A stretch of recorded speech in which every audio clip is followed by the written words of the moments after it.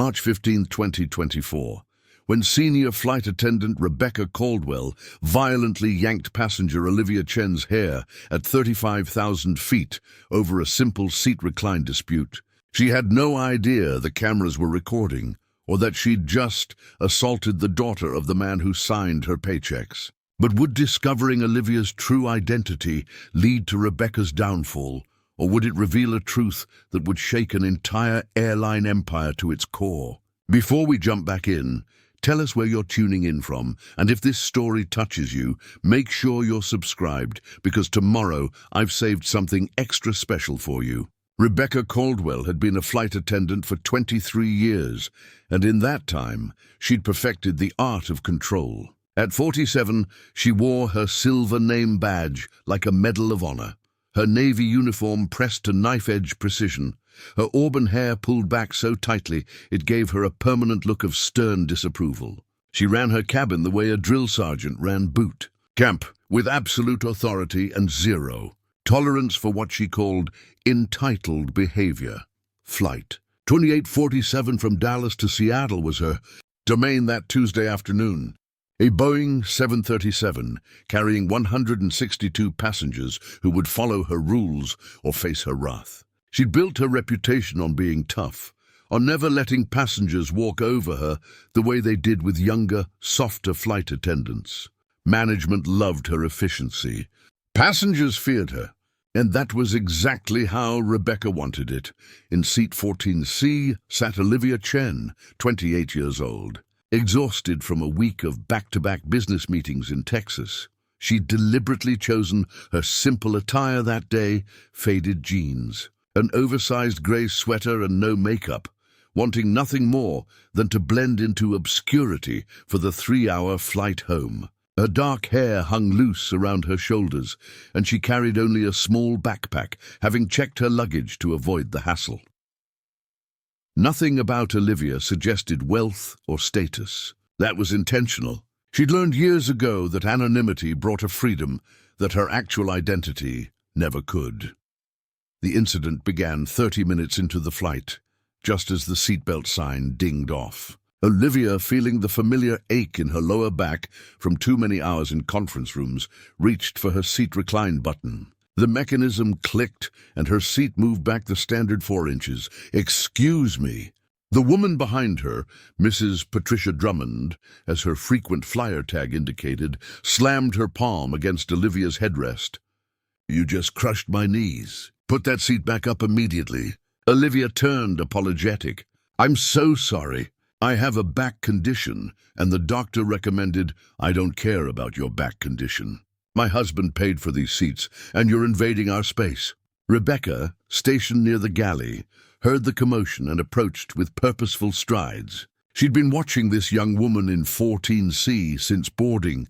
Something about her casual attire and quiet demeanor triggered Rebecca's instincts for problem passengers who thought rules didn't apply to them.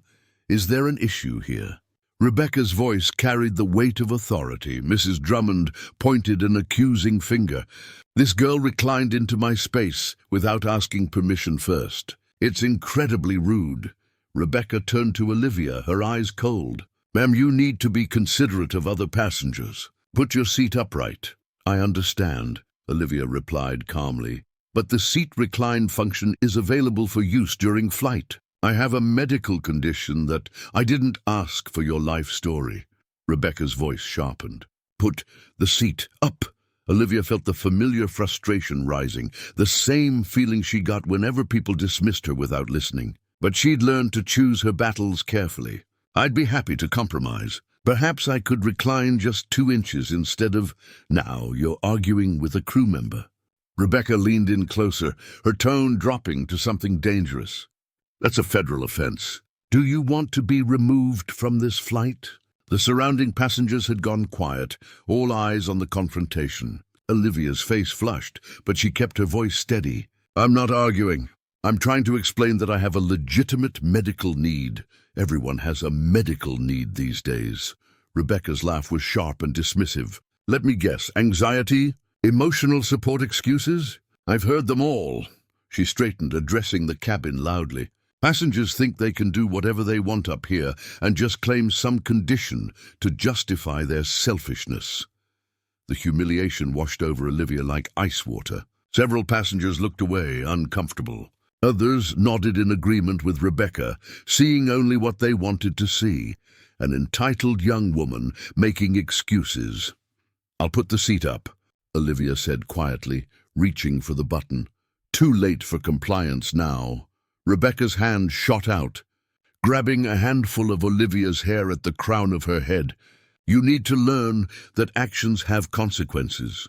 What happened next occurred in 3 seconds that would replay in everyone's minds for months afterward. Rebecca yanked hard, pulling Olivia's head back against the headrest with shocking violence. Olivia gasped in pain as strands of hair tore free. The sound echoed through the cabin, a wet ripping noise that made several passengers cry out. Rebecca released her grip, breathing hard, her face flushed with adrenaline and righteous anger. In her hand she held a clump of dark hair, which she dropped carelessly to the floor. "That's what happens when you disrespect authority at 35,000 feet. Olivia's scalp burned. She pressed her hand to her head, feeling the tender spot where hair had been ripped out at the roots. Her eyes watered, but she refused to cry. "Not here. Not in front of everyone." "You assaulted me," Olivia said, her voice shaking but clear. "I maintained cabin safety," Rebecca corrected, her voice loud enough for the entire section to hear. "You were being combative and threatening the well-being of other passengers. I used appropriate force to neutralize the situation." Appropriate. A man across the aisle, a lawyer named Marcus Freeman, stood up. "You just committed battery." "I witnessed the entire thing," Rebecca wheeled on him. "Sit down, sir, or you'll be reported as well. I'm a criminal defense attorney, and I'm telling you that what you just did is assault." "That woman did nothing wrong. She reclined without permission and then argued with crew instructions," Mrs. Drummond interjected, supporting Rebecca. "She got what she deserved." The cabin fractured into factions. Some passengers filmed on their phones. Others argued among themselves. A few demanded that Rebecca be restrained. Through it all, Olivia sat frozen, her hand still pressed to her aching scalp, her mind struggling to process what had just happened. The captain's voice crackled over the intercom. "This is Captain Holland. I need all passengers to remain calm and seated. Senior flight attendant, please report to the flight deck immediately." Rebecca shot Olivia one final look, triumph mixed with contempt, before marching toward the cockpit. As she passed through the galley, she muttered to her colleague, Jenny Park, "Entitled brats think they own the plane. Someone needed to teach her a lesson." Jenny, 26 and in her 2nd year of flying, stared at her mentor in horror. "Rebecca, you pulled her hair out. There's blood on the headrest." "There's no blood." "Don't be dramatic, but there was blood. Not much. Just a few spots where hair had torn from the follicles, but enough to stain the fabric. Enough to be evidence." In seat 14C, Olivia finally pulled out her phone with trembling hands. She had 3 missed calls from her father and 1 text. "Landing in an hour. Can't wait to see you, sweetheart." She stared at the message, then looked up at the cabin camera mounted above the galley, its red recording light blinking steadily. She thought about calling him, telling him what happened. But something stopped her, not yet. Not until she understood whether this was an isolated incident or something more systemic. Not until she knew if justice would be served through proper channels or if her father's identity would be needed to ensure it. For now, Olivia Chen, daughter of billionaire airline magnate Thomas Chen, founder and CEO of Skyward Airlines, remained just another passenger, another victim, another woman whose pain would be dismissed unless she proved herself powerful enough to matter. Captain Michael Holland had been flying commercial aircraft for 31 years, and he'd seen his share of cabin incidents. But when he reviewed the security footage on his tablet in the cockpit, his hands went cold. The angle was perfect, crystal-clear footage of Rebecca Caldwell's hand seizing Olivia Chen's hair and yanking with deliberate, excessive force. "Christ," he muttered, rewinding to watch again. His co-pilot, Sarah Vega, leaned over. "Is it as bad as the passenger said?" Worse, it's textbook assault. He pressed the intercom. Rebecca, flight deck. Now, when Rebecca entered, her confidence was unshaken. She'd filed dozens of passenger incident reports over the years, and every single one had resulted in the company backing her version of events. Flight attendants had broad authority to maintain cabin safety. She'd learned to frame every confrontation in those terms. Captain, the situation has been contained. The passenger in 14C became aggressive when asked to comply with reasonable requests from other travelers. I used minimal physical contact to de-escalate. Holland turned his tablet toward her. Watch. Rebecca's face remained impassive as she viewed the footage, though something flickered behind her eyes when she saw how the camera had captured everything. The casual cruelty in her expression, the excessive force, the hair left in her hand. The camera angle is misleading, she said smoothly. It doesn't show her prior behavior, the verbal aggression, the threatening body language. There was no threatening body language, Vega interjected. She was sitting quietly in her seat. Preparing and narrating this story took us a lot of time, so if you are enjoying it, subscribe to our channel. It means a lot to us. Now back to the story. With all due respect, you weren't in the cabin. You didn't see what I saw. Holland pinched the bridge of his nose. 27 years without a serious incident on his flights, and now this. Rebecca, I'm required to file a formal report with the airline. Corporate will conduct an investigation. Until then, you'll remain in the galley for the rest of this flight. No passenger contact. This is absurd. That girl was clearly... That's an order. After Rebecca left, Vega pulled up the passenger manifest. Olivia Chen, seat 14C. Should we have the paramedics meet us at the gate? Send the request. And flag this for the operations manager immediately upon landing. Holland glanced at the manifest again, something nagging at him about that name. Chen. Why did it sound familiar? Back in the cabin, Olivia had accepted a bag of ice from Jenny, who kept apologizing in whispers. She's never... I mean, Rebecca can be strict, but I've never seen her do anything like that before. How long have you worked with her? Olivia asked quietly. Almost 2 years. She's been my mentor, teaching me the ropes. Jenny glanced toward the galley where Rebecca now stood, arms crossed, glaring at the passengers. She always says we have to be tough, or passengers will walk all over us. But this... She trailed off, looking genuinely distressed. Marcus Freeman, the attorney, had moved to the empty seat beside Olivia. I'm going to give you my card.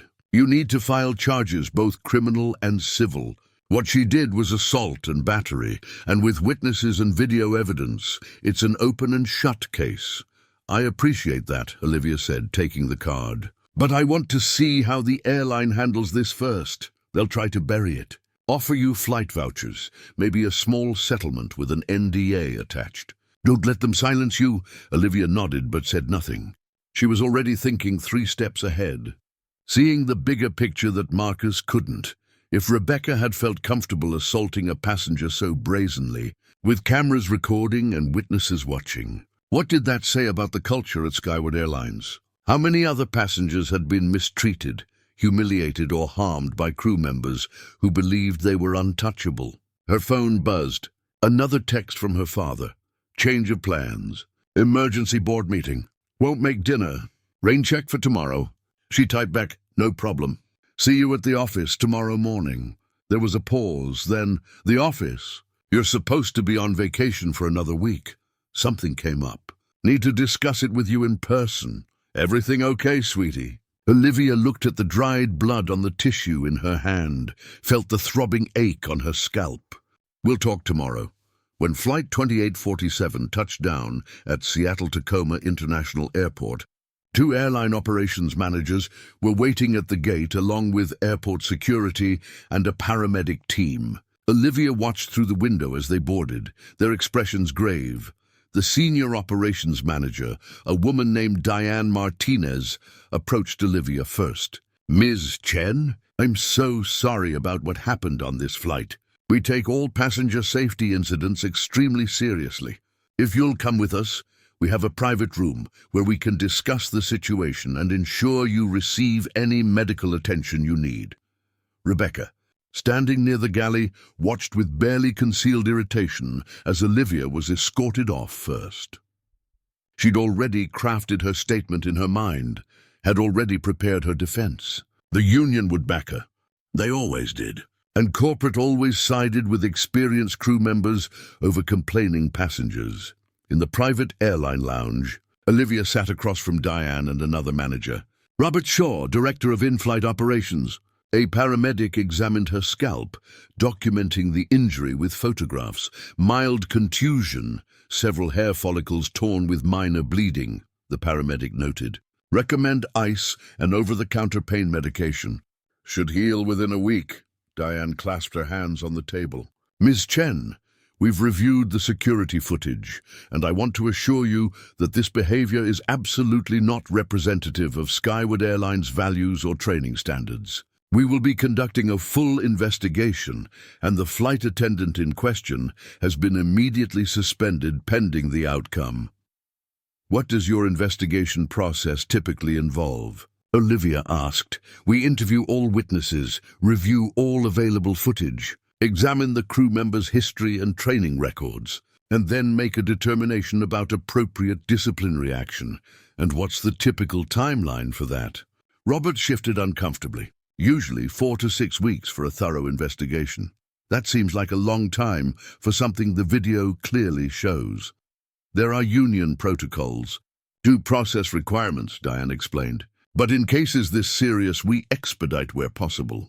In the meantime, we'd like to offer you compensation for your distress, a full refund of your ticket, 25,000 bonus miles, and a voucher for— I don't want vouchers, Olivia interrupted gently.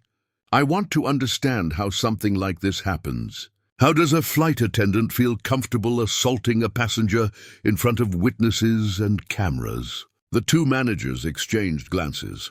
We're asking ourselves the same question, Robert admitted. Rebecca Caldwell has been with us for 23 years. Her record shows she's had several passenger complaints over the years, but nothing that rose to this level. Several complaints. How many is several?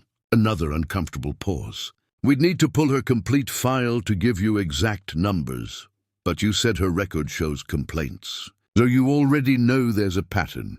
Diane's professional mask slipped slightly. Ms. Chen, I understand you're upset, but personnel files are confidential. What I can tell you is that we're taking this matter with the utmost seriousness, and we will ensure justice is served.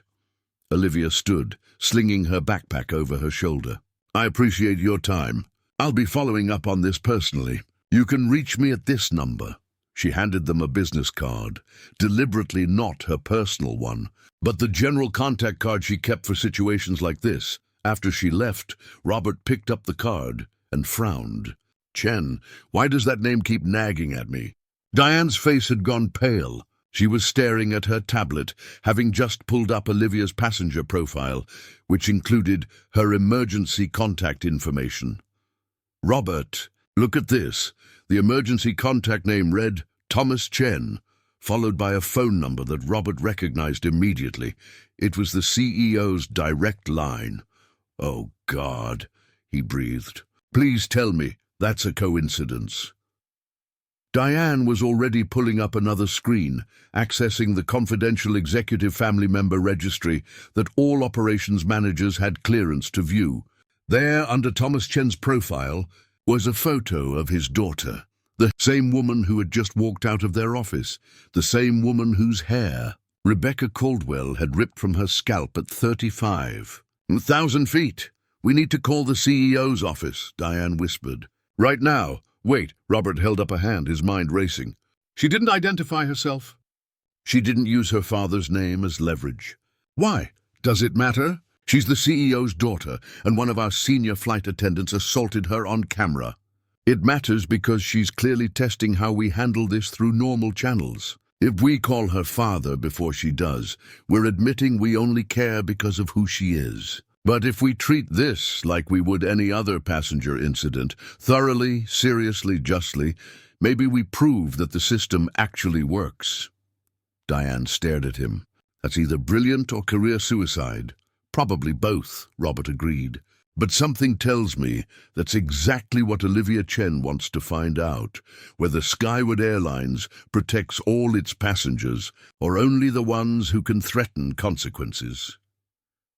Neither of them noticed the detail that would become crucial in the days ahead.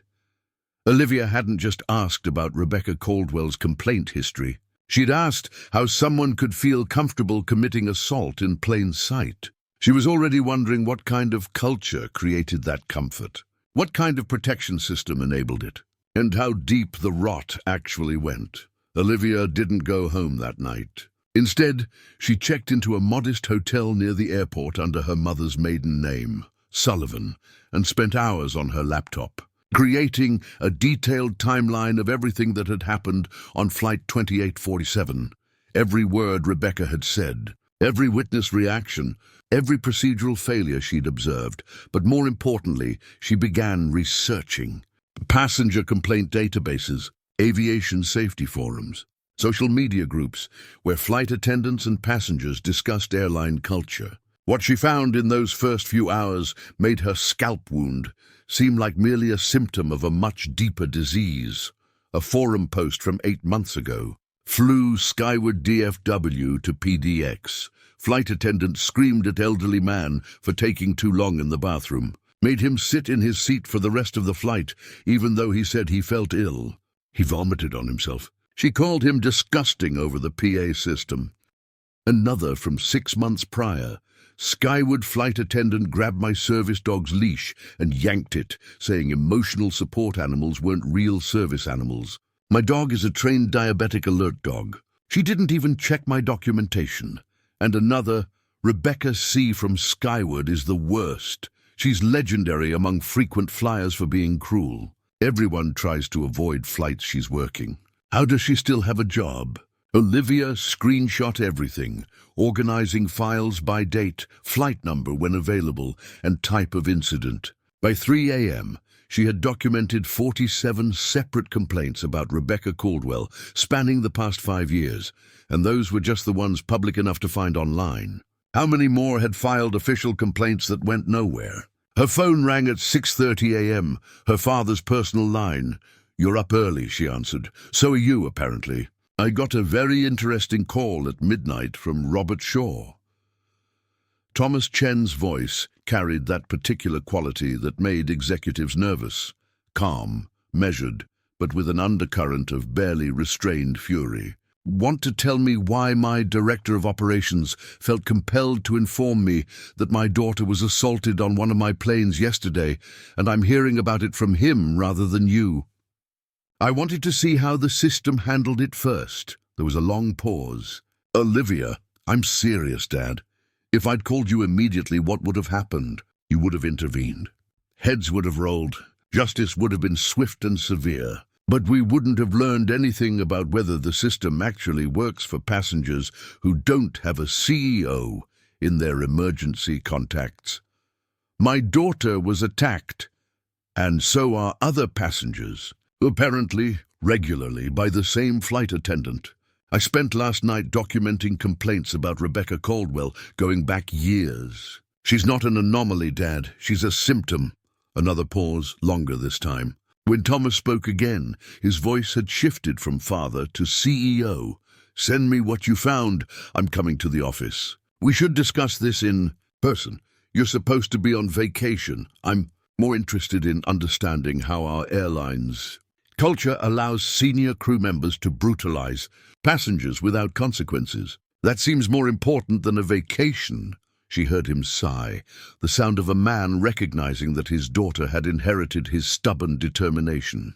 "My office, 8 o'clock. And Olivia, I'm glad you're okay, but I'm also furious that this happened to you on my airline. It shouldn't matter that it's me. It should matter that it happened at all." At 7:45 a.m., Olivia walked into Skyward Airlines headquarters in downtown Seattle. The building's lobby featured massive photographs of pristine aircraft and smiling crew members, all projecting an image of warmth and professionalism. She studied them with new eyes, wondering how many passengers had experienced something different from this carefully curated fantasy. The executive floor was quiet at this early hour. Thomas Chen's corner office overlooked Elliott Bay, floor-to-ceiling windows framing the morning light. He stood when she entered, and for a moment, he was just her father, studying her face with concern, noting the way she unconsciously touched the tender spot on her scalp. "Let me see," he said quietly. She moved her hair aside, showing him the small area where hair had been torn out. The skin was bruised, mottled purple and yellow. His jaw tightened. "That flight attendant is finished. I'll have her terminated today, blacklisted from every airline in the country." "No," he stared at her. "Excuse me?" "Not yet. We need to understand the full scope of this first." She opened her laptop, turning it toward him. "Look at what I found." For the next 20 minutes, Thomas Chen read through the documentation his daughter had compiled. His expression grew darker with each screen. When he finished, he sat back in his chair, silent. 47 complaints, Olivia said. "That's just what I found in public forums in one night." Robert Shaw mentioned several complaints in her official file. "I want to see that file. I want to see her entire employment history. Every incident report, every passenger complaint, and every manager who decided she was worth keeping despite this pattern. You want to investigate our own airline. I want to understand how this happened, and I want to fix it so it never happens again, not just with Rebecca Caldwell, but with any crew member who thinks authority means they can abuse passengers." Thomas stood, pacing to the windows. "If we dig into this, it's going to expose some very ugly truths. HR failures, management failures, possibly union protection of problematic employees. It could become a PR nightmare. It already is a PR nightmare. We just don't know it yet because most passengers don't have the resources or platform to make their stories heard." She joined him at the window. "But what if we got ahead of it? What if we voluntarily conducted a comprehensive review of passenger treatment, crew conduct, and complaint resolution? What if we actually became the airline that prioritizes passenger safety and dignity over protecting problematic employees?" He turned to her, a slight smile breaking through his anger. "You've been thinking about this all night. I've been thinking about how that flight attendant looked at me. Like I was nothing. Like my pain didn't matter. And how many passengers have felt that way? How many people have been humiliated, hurt, or traumatized on our planes, and we just offered them vouchers to keep quiet?" Thomas returned to his desk, picking up his phone. "Get me Robert Shaw, Diane Martinez, the head of HR and our chief legal counsel. Conference room in 30 minutes. He looked at his daughter. "You're going to present what you found, and then we're going to tear this airline apart until we understand how we failed so catastrophically."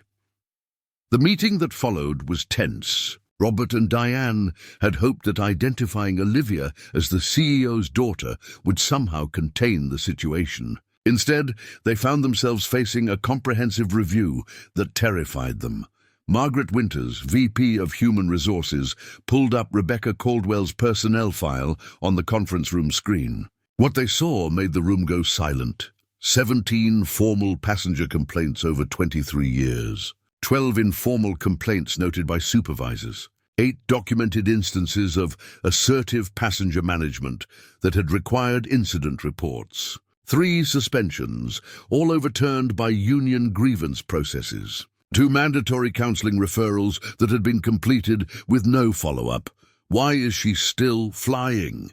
Olivia asked. Margaret shifted uncomfortably. "The union contract makes termination extremely difficult without clear evidence of violations. Most of these incidents were he said, she said situations. Passengers complained, but there were no witnesses, or the witnesses supported the flight attendant's version of events. So the bar for protecting passengers is clear evidence. But the bar for protecting employees is just reasonable doubt." That's exactly what this shows," Olivia pointed at the screen. 17 complaints over 23 years means this has been a known problem for decades. Someone decided that avoiding a union fight was more important than protecting passengers. James Hartford, Chief Legal Counsel, cleared his throat. "Ms. Chen, I understand your anger, but we have to be careful here. If we terminate Miss Caldwell now, her union will claim it's because of who you are rather than what she did. They'll argue that ordinary passengers don't get this level of attention, which could actually strengthen her wrongful termination case. Then we don't just focus on her, Thomas interjected. We conduct a comprehensive audit. Every flight attendant with multiple complaints, every passenger incident that was dismissed or settled quietly. We examine our entire complaint resolution system and rebuild it from the ground up. That will take months, Robert protested. And the optics.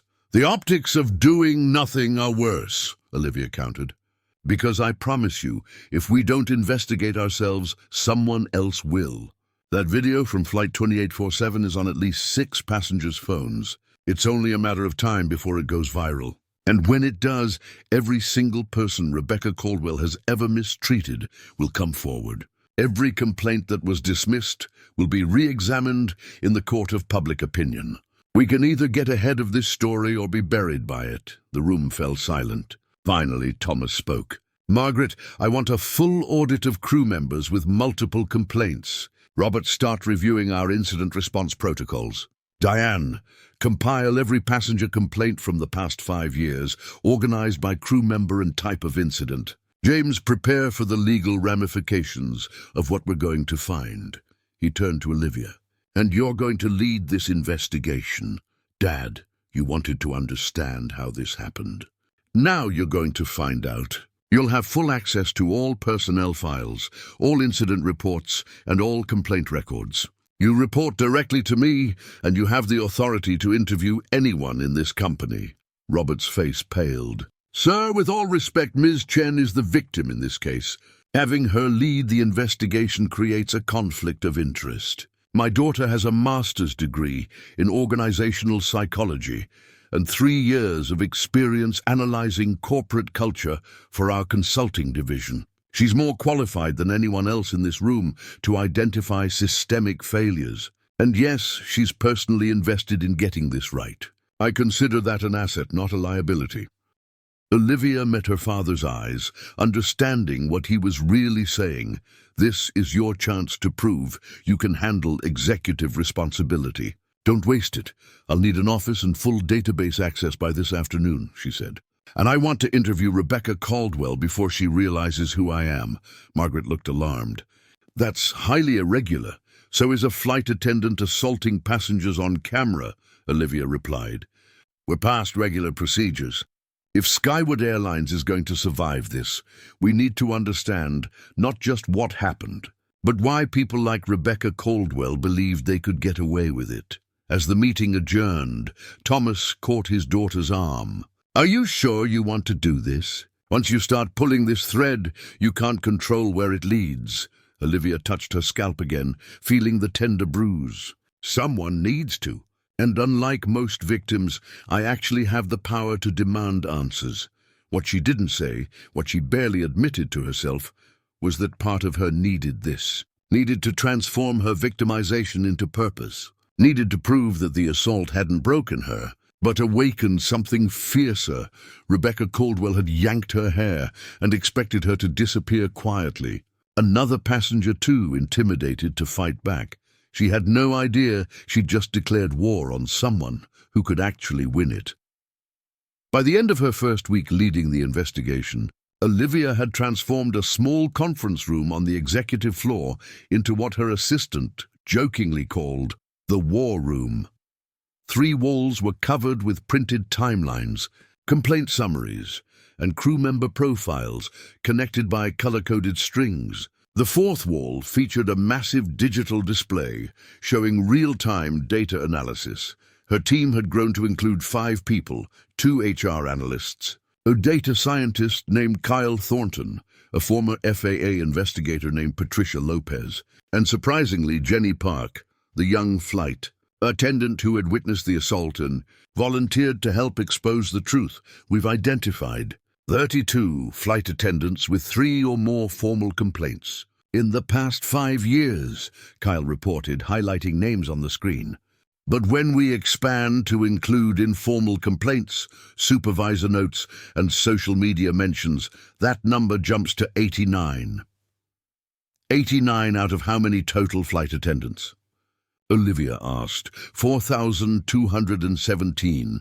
So about 2% of our crew accounts for the majority of passenger complaints? Not just the majority. 73% of all documented incidents trace back to this group. Kyle pulled up another chart. And here's what's interesting.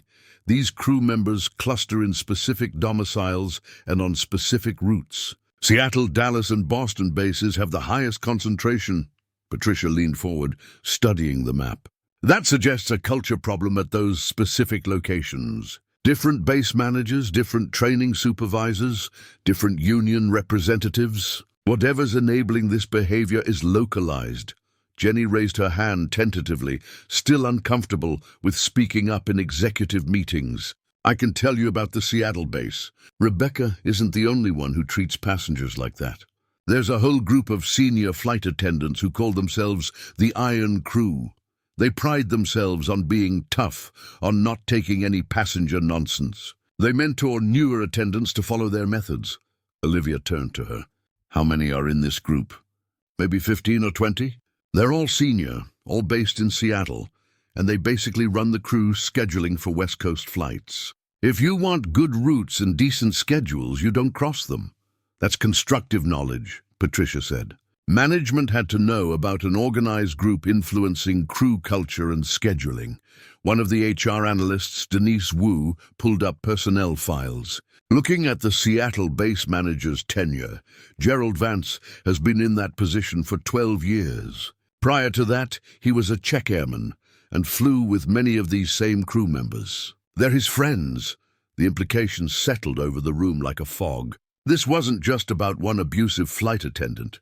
It was about a protected culture of abuse, enabled by management, reinforced through mentorship, and shielded by union procedures that made accountability nearly impossible. We need to interview passengers, Olivia decided. Not just the ones who filed formal complaints, but the ones who posted on social media, the ones who mentioned bad experiences in passing. I want to understand the full scope of harm. Over the next 2 weeks, Olivia personally contacted 43 passengers who had reported negative experiences with Skyward crew members. What she heard broke something inside her. A woman named Sandra Martinez described being berated for asking for a cup of water for her toddler because the seatbelt sign is on and I'm not your waitress. The toddler had been crying from ear pain during descent. An elderly veteran named Howard Chen, no relation, recounted being mocked over the PA system for moving slowly down the aisle with his walker. The flight attendant said, "Ladies and gentlemen, it will be delayed because some people can't follow simple instructions to board efficiently." Everyone stared at me like I was the problem. A college student named Maria Gonzalez broke down crying while describing how a flight attendant had loudly announced that her emotional support animal certification was probably fake and made her prove her anxiety disorder by producing medical documentation in front of other passengers. I had a panic attack at 30,000 feet, and she told me I was being dramatic. I haven't flown since. I drive everywhere now, even if it takes days. Each story added weight to what Olivia was building, not just a case against Rebecca Caldwell, but evidence of systemic cultural rot that had been allowed to fester for years. The breakthrough came from an unexpected source. Marcus Freeman, the attorney who had witnessed the assault on Flight 2847, called Olivia's direct line. "I've been asking around my network," he said. "Turns out I know 4 other lawyers who have represented clients in settlements with Skyward Airlines, all involving crew misconduct, all resolved with NDAs and confidential payment amounts. I can't get details because of attorney-client privilege, but I can tell you this. Your airline has been quietly paying people to go away for at least a decade." "Can you give me a ballpark number of cases?" "Just from the lawyers I know personally? At least 20 in the past 5 years. And that's just in the Seattle area." Olivia took this information to James Hartford, the chief legal counsel. His reaction told her everything. "I need to see all settlement agreements related to crew misconduct for the past 10 years, she said. James's professional composure cracked slightly. "Those are confidential legal documents. I have authorization from the CEO to access any records relevant to this investigation. That includes legal settlements." "Olivia, if we start disclosing settlement terms, even internally, we could be exposing the company to breach of contract claims, then redact the passenger names and payment amounts. I just need to see the allegations and which crew members were involved." What James reluctantly provided made Olivia's blood run cold. Over the past decade, Skyward Airlines had settled 137 cases involving crew misconduct.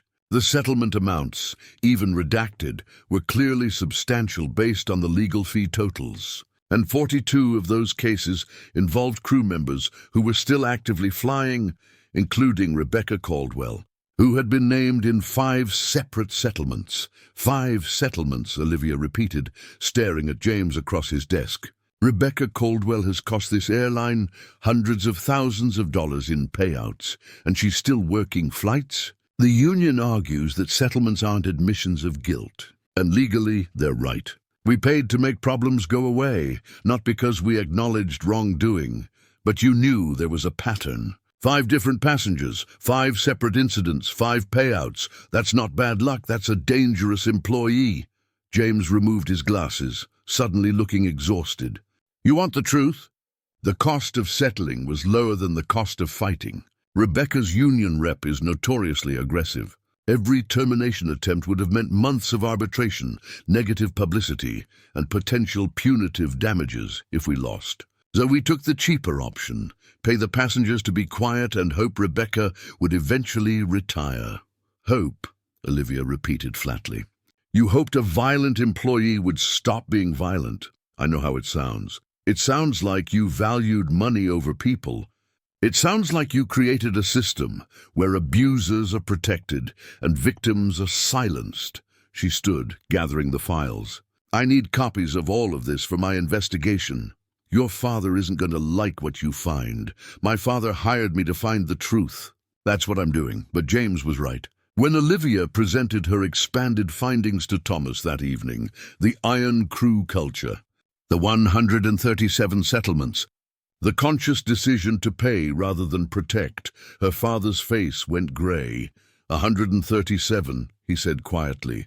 "We've been paying off abuse victims for 10 years, and the crew members responsible are still flying, still mentoring new hires, still setting the cultural standard for what's acceptable." Thomas stood, walking to his office windows overlooking the city. Below, tiny lights from planes approached SeaTac Airport in perfect sequence, a ballet of arrival and departure that looked so orderly from this height. If this gets out, when this gets out, we're going to face a reckoning like nothing this industry has seen. "We're already facing it, Dad. We just didn't know it yet." Olivia joined him at the window. "But here's what I've been thinking. What if we don't wait for it to leak? What if we voluntarily disclose everything we've found, announce immediate reforms, and commit to making this right with every victim we silenced? The board will never approve that. The liability exposure alone. The liability exposure is already there. Those NDAs won't hold up if passengers decide to go public anyway, and they will once the Flight 2847 video goes viral. Our only choice is whether we control the narrative or let it control us." Before Thomas could respond, his assistant knocked urgently. "Sir, I'm sorry to interrupt, but you need to see this." She held up her phone. On the screen was a Twitter post with 47,000 retweets and climbing. The video showed Rebecca Caldwell's hand seizing Olivia's hair and yanking, the violence crystal clear even on the small screen. The caption read, "Skyward Airlines flight attendant assaults passenger over seat recline. This is what customer service looks like at 35,000 feet. Boycott Skyward, airline abuse." The comment section was exploding, passengers sharing their own horror stories, flight attendants from other airlines expressing shock, consumer advocates calling for FAA investigation. And buried in the thread, someone had posted, "I had Rebecca Caldwell on a flight last year. She's a monster. How does she still have a job?" Olivia's phone began buzzing with texts. Her personal social media, which she rarely checked, was flooded with notifications. News outlets were requesting comment. Aviation safety blogs were analyzing the footage frame by frame. "It started," she said quietly. Thomas returned to his desk, his CEO instincts taking over. "Get PR in here, legal, the whole crisis management team. We need a statement ready in the next hour." "We need more than a statement," Olivia countered. "We need action. Immediate, visible, meaningful action that shows we're taking this seriously. What are you proposing?" "Tomorrow morning we hold a press conference. You announce my investigation, acknowledge that we've found evidence of systemic problems, and commit to comprehensive reforms. We release a summary of findings, enough to show we're being transparent without violating legal confidentiality. And we invite victims to come forward, offering to review any cases that were settled with NDAs and release them from those agreements if they choose." "That's corporate suicide." "No. Dad, corporate suicide is pretending this will blow over. This video has 50,000 retweets in an hour. By morning, it'll be on every news channel. We can either be the airline that tried to cover it up, or the airline that had the courage to face its failures and fix them." Thomas studied his daughter, seeing the determination in her eyes, the same fire he'd seen when she'd insisted on working her way up through the company instead of accepting an executive position based on her last name. "You really think we can survive this?" "I think we have to try. Because if we don't, everything you built becomes synonymous with the abuse we allowed to happen in your name." He picked up his phone. "Get the crisis team in here. And someone find out Rebecca Caldwell's current location. I want her suspended, effective immediately, and I want her barred from all airline property until the investigation concludes." As his assistant rushed to execute orders, Olivia returned to the war room, where her team was already watching the Twitter feed explode. Jenny was crying quietly, reading passenger stories that mirrored her own experiences with the Iron crew. "It's really happening," Kyle said. "The reckoning," Olivia nodded, watching the retweet counter climb past 70,000. Somewhere in Seattle, Rebecca Caldwell was probably just learning that her moment of cruelty had been broadcast to the world. Somewhere, Gerald Vance was realizing his protected culture was about to be exposed. And somewhere, 137 victims who had been paid to stay silent were seeing their stories validated in real time. The foundation had been laid. Now came the hard part, building something better from the rubble. Rebecca Caldwell learned about the viral video from her union representative at 11 p.m., 3 hours after it had been posted. She was in her living room in her modest Tacoma home, a glass of wine in hand, when her phone started exploding with calls. "Don't talk to anyone," Union Rep Stephen Walsh told her urgently. "Don't post on social media, don't respond to reporters, don't even talk to other flight attendants. The video is everywhere and the company's going to try to make you the scapegoat." Scapegoat. "I was doing my job. That passenger was being aggressive and non-compliant. Rebecca, the video shows you ripping her hair out. There's no audio of her being aggressive. There's just you committing what looks like an assault on camera. The camera doesn't show everything. It doesn't show her attitude, her tone. That doesn't matter anymore. This has become a national story. CNN is running it. The hashtag #Skyward Abuse is trending #2 on Twitter. You need to prepare for the worst." After hanging up, Rebecca finally watched the video that the world was seeing. Even she had to admit it looked bad from that angle. The casual cruelty in her expression, the excessive force, the hair left in her hand. But what enraged her most was reading the comments. She should be in prison. This woman has been terrorizing passengers for years. Google her name. I had Rebecca Caldwell on a flight in 2019. She made my daughter cry for asking for a pillow. She's a bully with a badge. They were turning her into a villain. Her, who had dedicated 23 years to keeping passengers safe, who had worked holidays and missed family events, who had maintained order in chaotic situations. They didn't understand the pressure, the entitlement she dealt with daily, the way passengers treated crew members like servants. By midnight, The video had 2 million views. By 2 a.m., Skyward Airlines had issued a brief statement. We are aware of the incident on Flight 2847 and are conducting a thorough investigation. The employee in question has been suspended pending review. We take passenger safety extremely seriously. Suspended. After 23 years of service, they'd suspended her based on a 30-second video that didn't show the full context. Rebecca called Gerald Vance, her base manager and longtime friend. He answered on the fifth ring, his voice thick with sleep. Gerald, they suspended me. Without even hearing my side, Rebecca, I can't talk to you about this. Corporate has taken over, and I've been ordered not to communicate with you until the investigation concludes. You know me. You know I wouldn't hurt someone without cause. I believe you. But this is out of my hands now.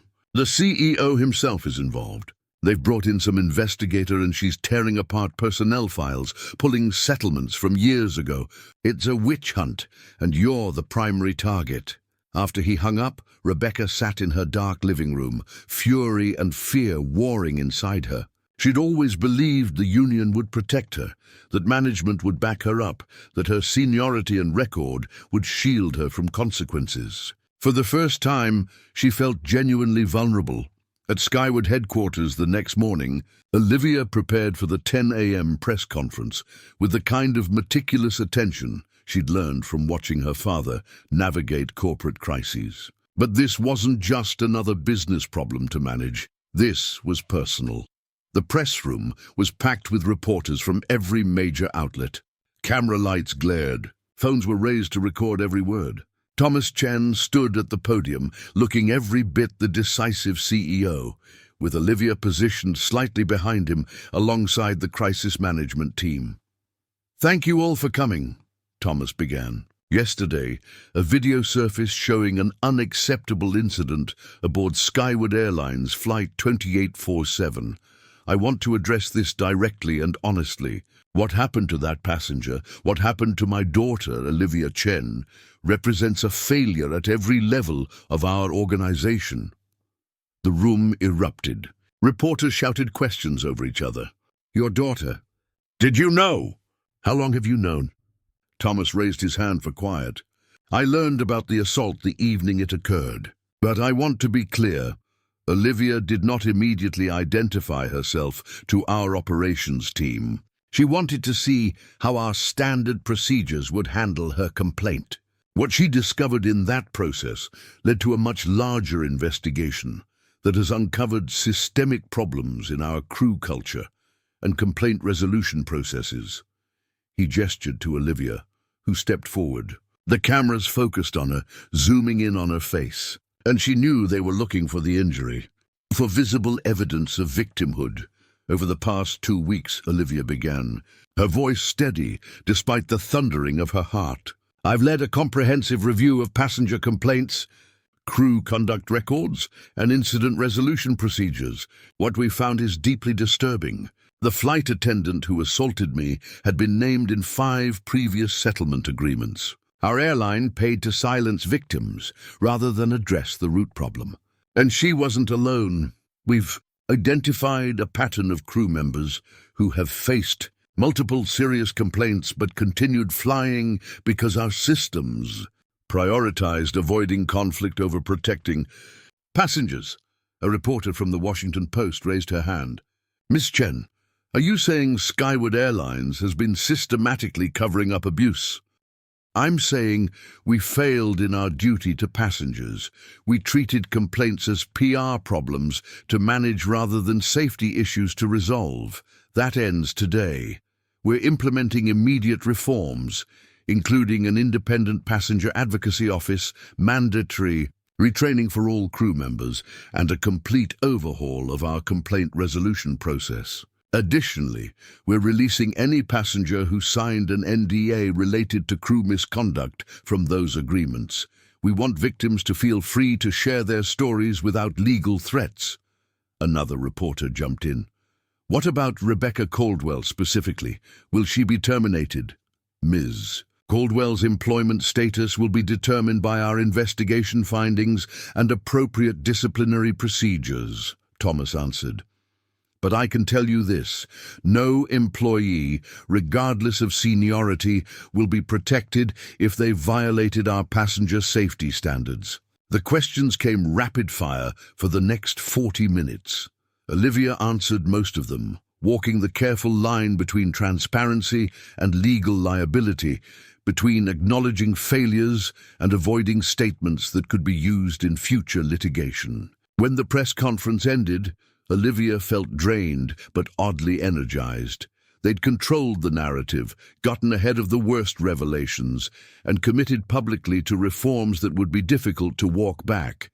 But the real confrontation was still coming. That afternoon, Rebecca Caldwell, against the advice of her union representative, demanded a meeting with airline management to tell her side of the story. The union reluctantly agreed to allow it, hoping that some context might help mitigate the damage. What Rebecca didn't know was that she wouldn't be meeting with Gerald Vance or even Robert Shaw.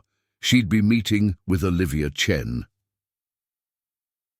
The conference room was deliberately neutral. No power positioning, just a simple table with chairs on either side. Patricia Lopez sat in as the investigator of record. A union representative named Carol Hendricks accompanied Rebecca. When Rebecca walked in and saw Olivia sitting across the table, her face went through a series of rapid changes: confusion, recognition, shock, and finally, poorly masked fury. "You," she said, "you're the one from the flight." "I am," Olivia confirmed calmly. "I'm also the one leading the investigation into crew conduct practices at Skyward Airlines. Please, sit down." Rebecca remained standing. "This is a setup. You can't investigate your own assault case. That's a conflict of interest." "Actually," Carol interjected quietly, "Ms. Chen has authority from the CEO to conduct this review.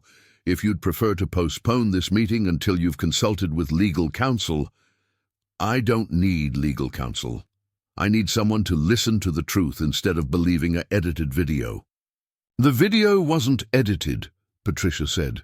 "We've had forensic analysts verify the footage. What it shows is exactly what happened." Rebecca finally sat, her body rigid with defensive anger. "What it shows is taken out of context. That passenger was being difficult from the moment she boarded. She had an attitude. She was non-compliant with reasonable requests." "I asked to recline my seat," Olivia interrupted. "That's not non-compliance. That's using a standard aircraft feature. You were rude to the passenger behind you who had legitimate concerns about her space. I offered to compromise. You escalated to physical violence." Rebecca's hands clenched on the table. "I used minimal necessary force to maintain cabin order and safety." "You ripped my hair out." Olivia's voice remained level, but something fierce flashed in her eyes. "There was no safety threat. There was just a young woman who didn't show you the deference you thought you deserved, so you hurt her to reassert your authority."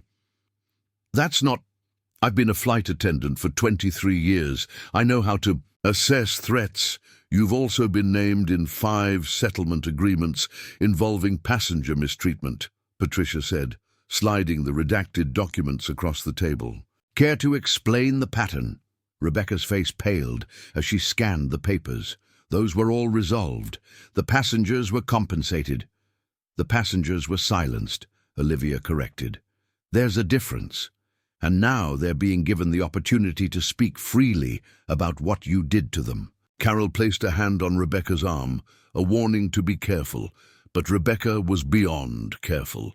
23 years of unchecked authority had convinced her that she was untouchable, and seeing her victim across the table, young, privileged, protected, ignited something dark. "You want to know the truth?" Rebecca leaned forward. "Passengers like you make this job impossible. You show up in your expensive casual clothes, acting like you're too good to follow simple rules, expecting everyone to cater to your needs. You don't see us as people, you see us as servants. So yes, sometimes we have to remind you that there are consequences for your behavior. By committing assault, by maintaining order." Rebecca's voice rose. You have no idea what we deal with every single flight. The abuse, the disrespect, the entitled attitudes. Someone has to push back, or it becomes chaos. There are 47 documented cases of you pushing back, Olivia said quietly. 47 passengers who felt abused, humiliated, or traumatized by their interactions with you. At what point does maintaining order become terrorizing the people you're supposed to serve? I serve safety, not feelings. You serve yourself. Olivia stood, no longer able to maintain the pretense of professional distance. You enjoy the power. You enjoy making people feel small because it makes you feel big. And you've gotten away with it for years because the system protected you instead of protecting passengers. Rebecca stood as well, matching Olivia's intensity. And now you're going to destroy my career because you didn't like how I treated you, because Daddy owns the airline, and his little princess got her feelings hurt. The room went silent. Even Carol looked horrified at Rebecca's tactical error. Actually, Olivia said, her voice dropping to something cold and precise, I'm going to ensure you face appropriate consequences because you assaulted someone and have a documented history of abusing passengers. The fact that I'm the CEO's daughter isn't why you're in trouble, Rebecca. It's just why you finally got caught. She gathered her files. This interview is concluded. You'll receive notice of disciplinary action within 72 hours. I recommend you use that time to reflect on whether 23 years of service entitles you to hurt people, or whether it should have taught you to treat passengers with basic human dignity. As Olivia walked out, she heard Rebecca's voice behind her, desperate now. I was following protocols. Everything I did was within airline policy. Olivia paused at the door, turning back. Then we have very bad policies. Lucky for future passengers, we're changing them. The door closed on Rebecca's protests, and Olivia allowed herself one moment of trembling before composing herself again.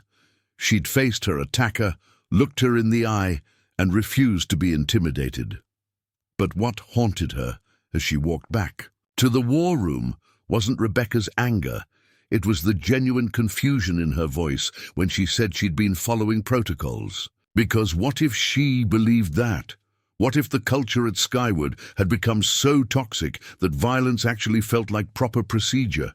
That was the rot they needed to burn out. And it went so much deeper than one cruel flight attendant. 3 days after the confrontation, Olivia's war room had become a hub of unprecedented activity. The decision to release passengers from their NDAs had opened a floodgate. By Friday morning, 62 former victims had come forward with their stories, and the number was climbing hourly. Sandra Martinez, the mother who'd been berated for asking for water for her toddler, appeared on Good Morning America. Her story went viral within hours, sparking a broader conversation about how airlines treated parents. Howard Chen, the elderly veteran who'd been mocked for moving slowly, gave an interview to the New York Times that brought readers to tears. Maria Gonzalez, whose anxiety disorder had been publicly questioned, started a petition demanding federal regulation of crew conduct that garnered 500,000 signatures in 2 days. Each story added pressure. Each voice demanded accountability.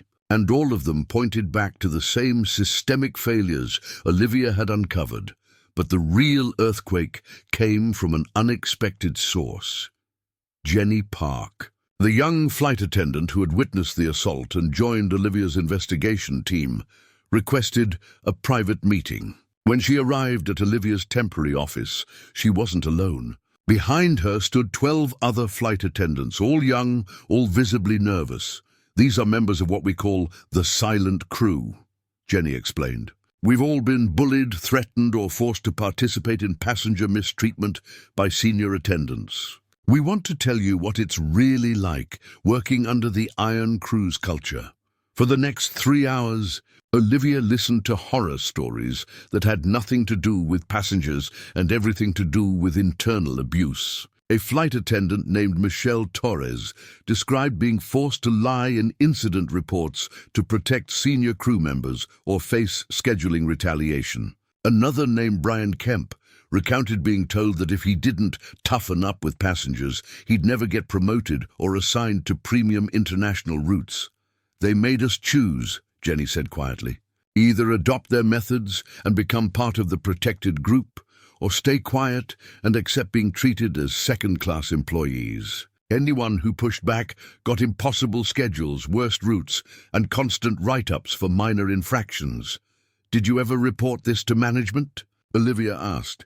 The flight attendants exchanged glances. Finally, Michelle spoke. "We tried. 3 of us went to Gerald Vance 2 years ago with complaints about the hostile work environment. He told us we needed to develop thicker skin, and that conflict between crew members was normal. When we persisted, our schedules suddenly became terrible. Red eyes, multiple connections, minimum rest periods. The message was clear: shut up or suffer." Olivia felt sick. Did anyone else know? HR, other managers. "Everyone knew," Brian said flatly. "The Iron Crew wasn't a secret. They wore it like a badge of honor. And management let them because they were efficient.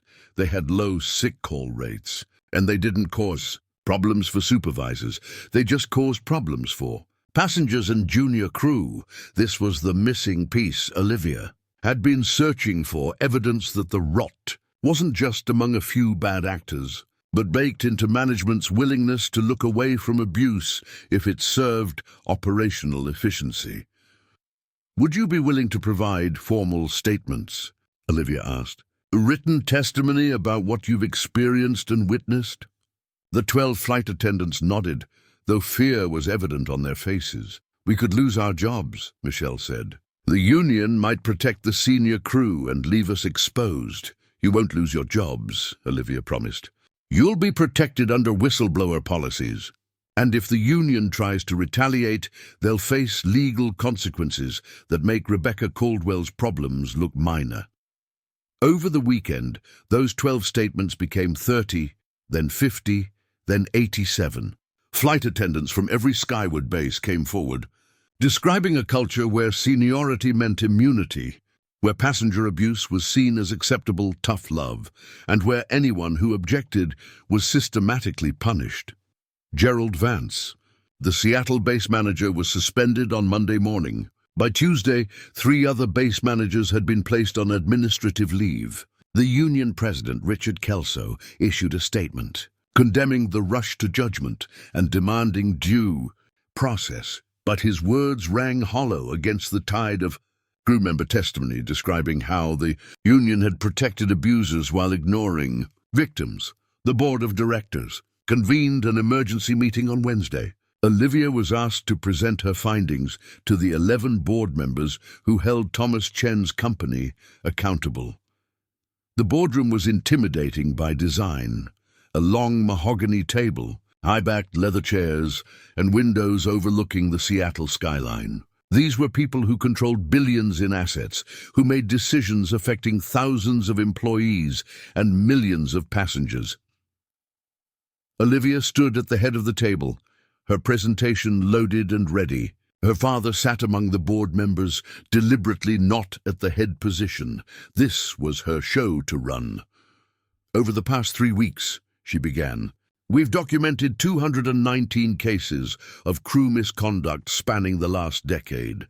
Of those, 137 resulted in settlements with NDAs. The total cost to Skyward Airlines in settlement payments, legal fees, and related expenses exceeds $14 million. The board members shifted uncomfortably. Numbers like that got their attention, but the financial cost is actually the least of our problems, Olivia continued.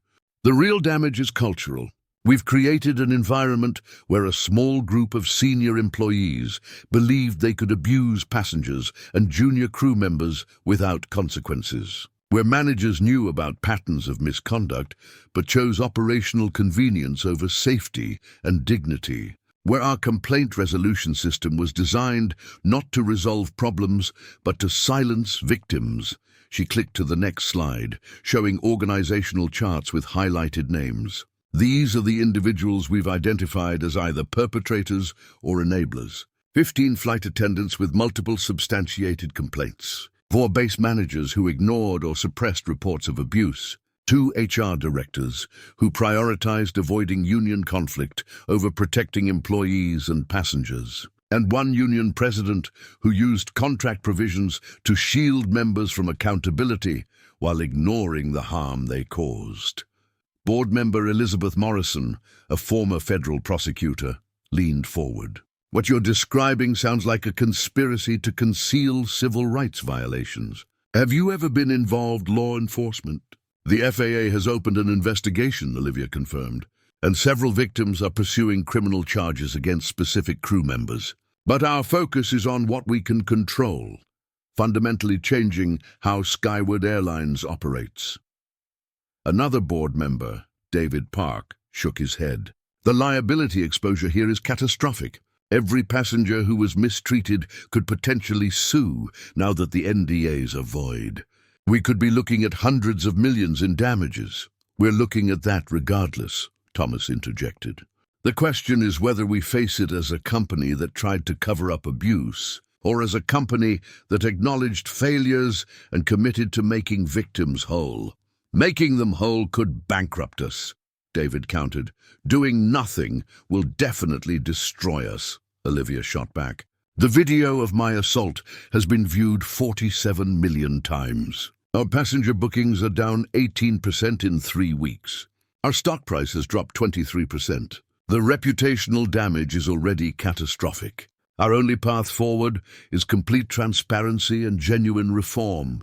Elizabeth studied the presentation thoughtfully. What specific reforms are you proposing? Olivia advanced to her recommendation slide.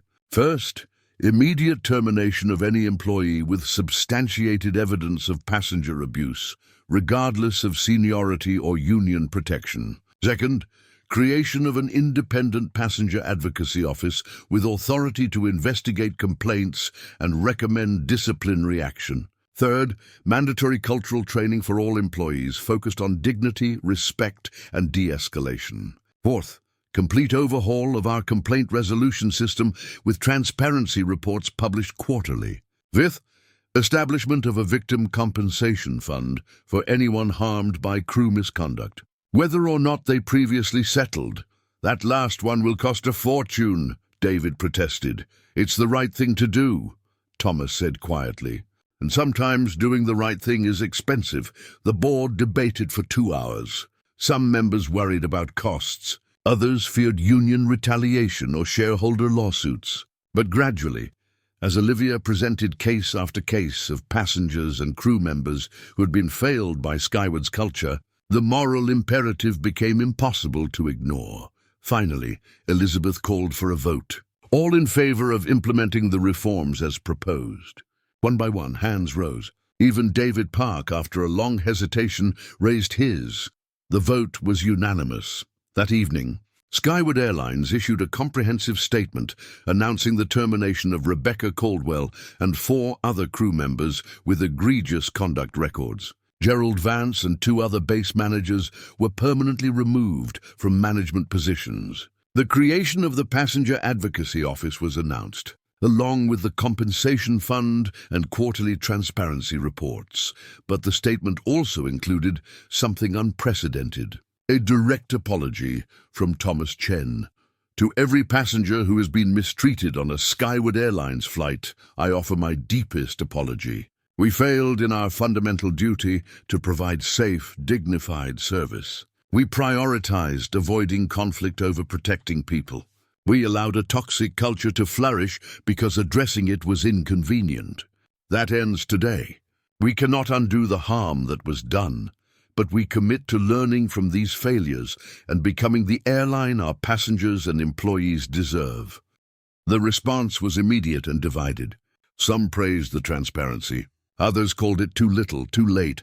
Consumer advocates demanded to see actual change, not just promises. But for the first time since the video went viral, Skyward Airlines had seized control of the narrative.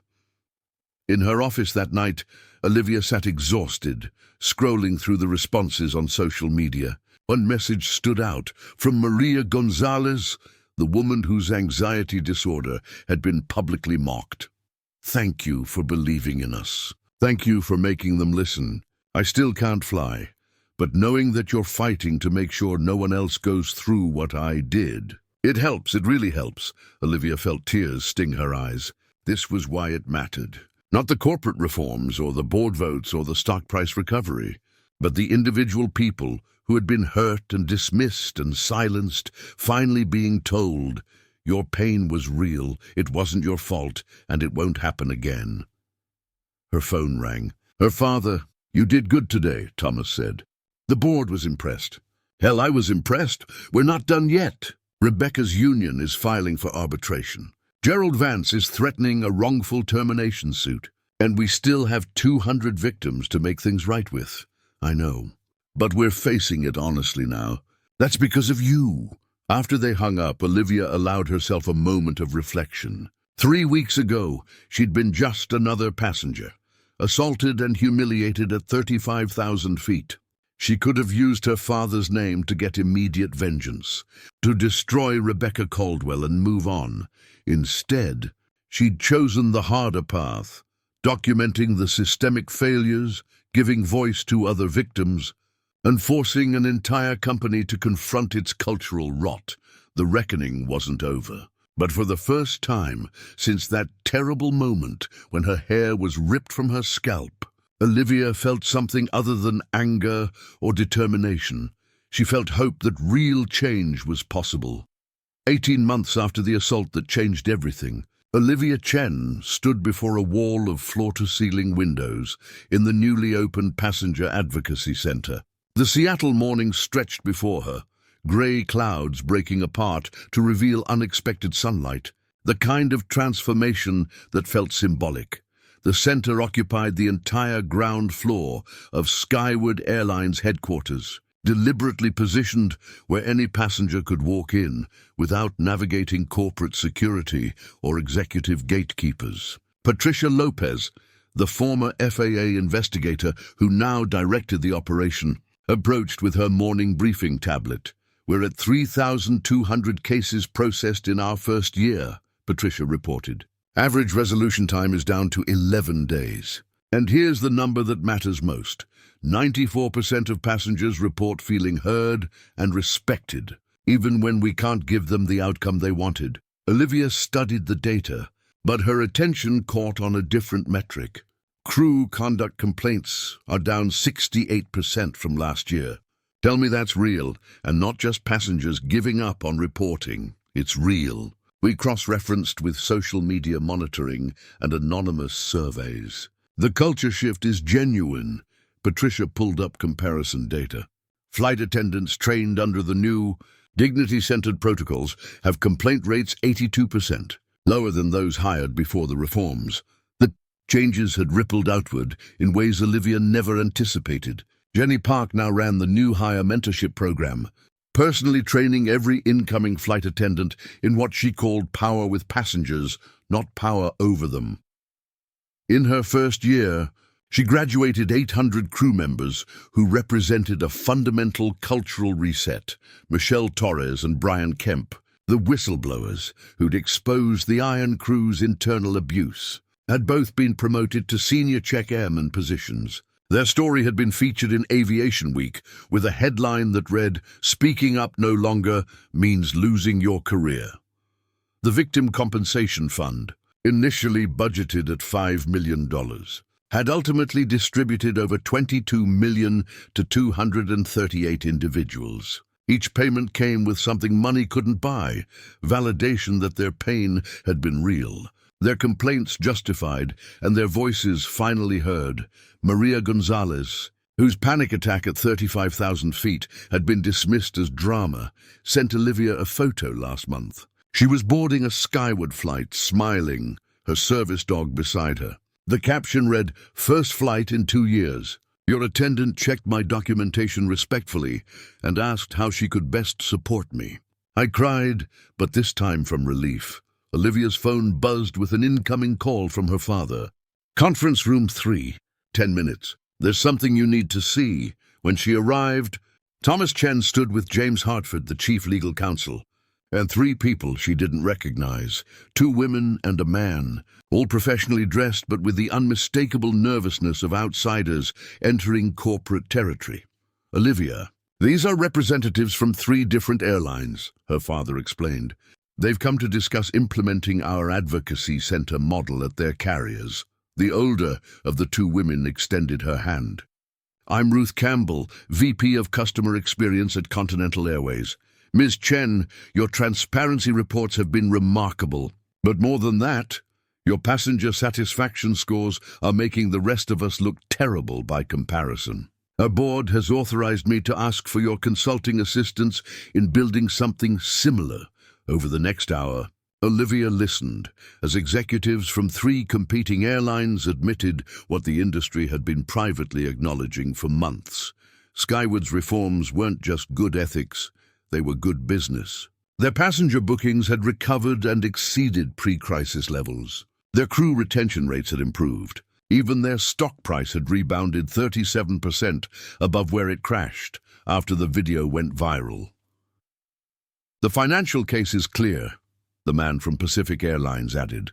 But I'll be honest, selling this to our unions and senior crew members has been challenging. They see your reforms as threatening their authority. Then their understanding of authority needs to change, Olivia replied. Real authority comes from competence and respect, not from the ability to intimidate people. The crew members at Skyward, with the highest passenger satisfaction scores, also maintain the safest, most orderly cabins because passengers actually want to cooperate with them. After the meeting concluded and the visitors left, Thomas turned to his daughter.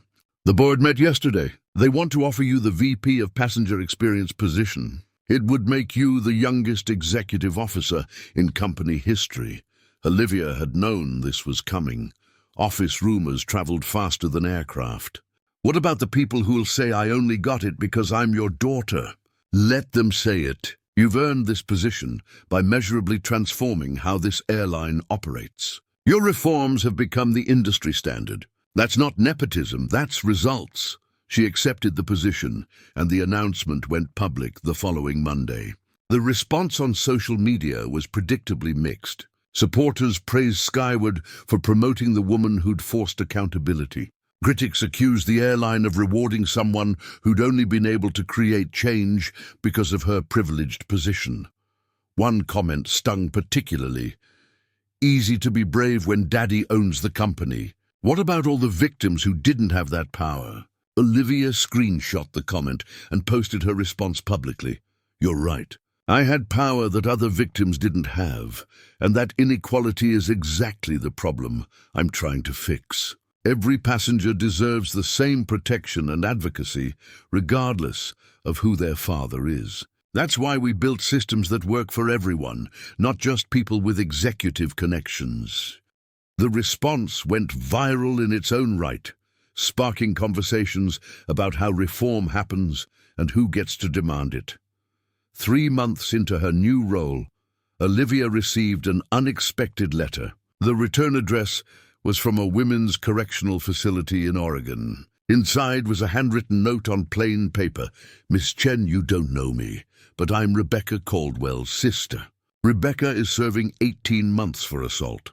Not from your case, but from an incident at her retail job where she grabbed a customer during an argument. Reading about what happened to you, I finally understood that what I'd dismissed as Rebecca being tough or no-nonsense was actually a pattern of violence. I'm sorry for what she did to you. I'm sorry that I made excuses for her for years. Thank you for not accepting those excuses. Anne Caldwell. Olivia read the letter 3 times, feeling an unexpected wave of compassion for Rebecca, not forgiveness for what she'd done, but sadness for how thoroughly she'd destroyed her own life by refusing to see her victims as human. 6 months later, Olivia was invited to testify before a Senate subcommittee on consumer protection. The hearing room was intimidating. Senators at an elevated bench, cameras broadcasting to C-SPAN, journalists filling the gallery. Senator Elizabeth Morrison, who'd built her career on consumer advocacy, led the questioning. Ms. Chen, your airline's reforms have been impressive. But critics argue that meaningful change only happened because you personally had access to power. What do we tell passengers who don't have a CEO for a father?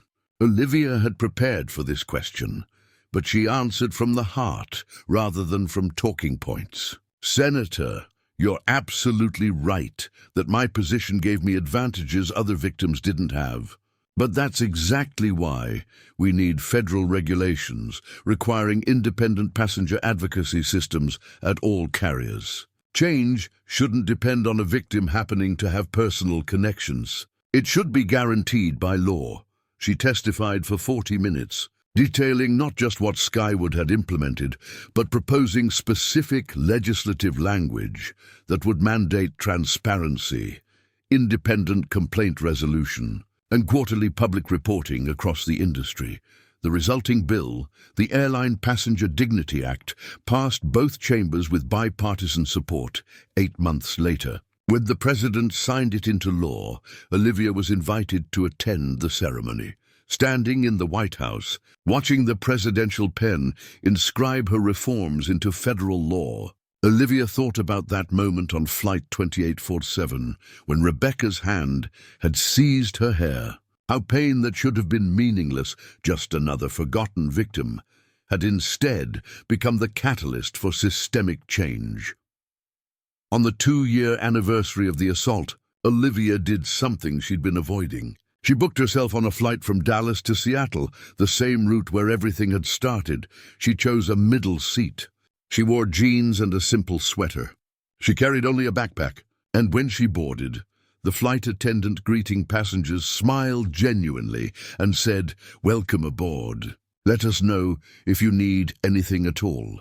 During the flight, Olivia watched the crew work. She saw a flight attendant patiently help an elderly passenger stow a carry-on. She heard another crew member speaking Spanish with a nervous traveler, taking extra time to explain the safety procedures. She witnessed a third attendant resolve a seat dispute between passengers with diplomacy and grace.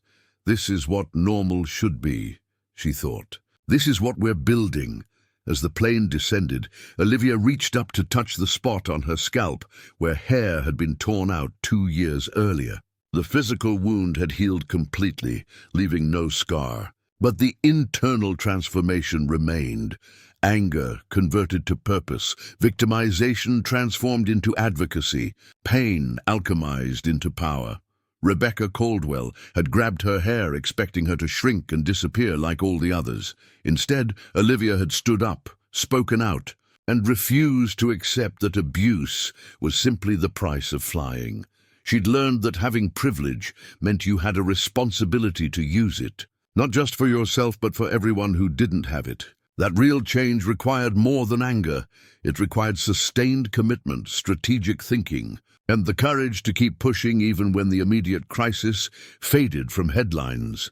The wheels touched the runway, and Olivia felt something unexpected: peace. Not because justice had been perfectly served, or because every wrong had been righted, but because she'd done everything in her power to ensure that what happened to her would happen to fewer people in the future.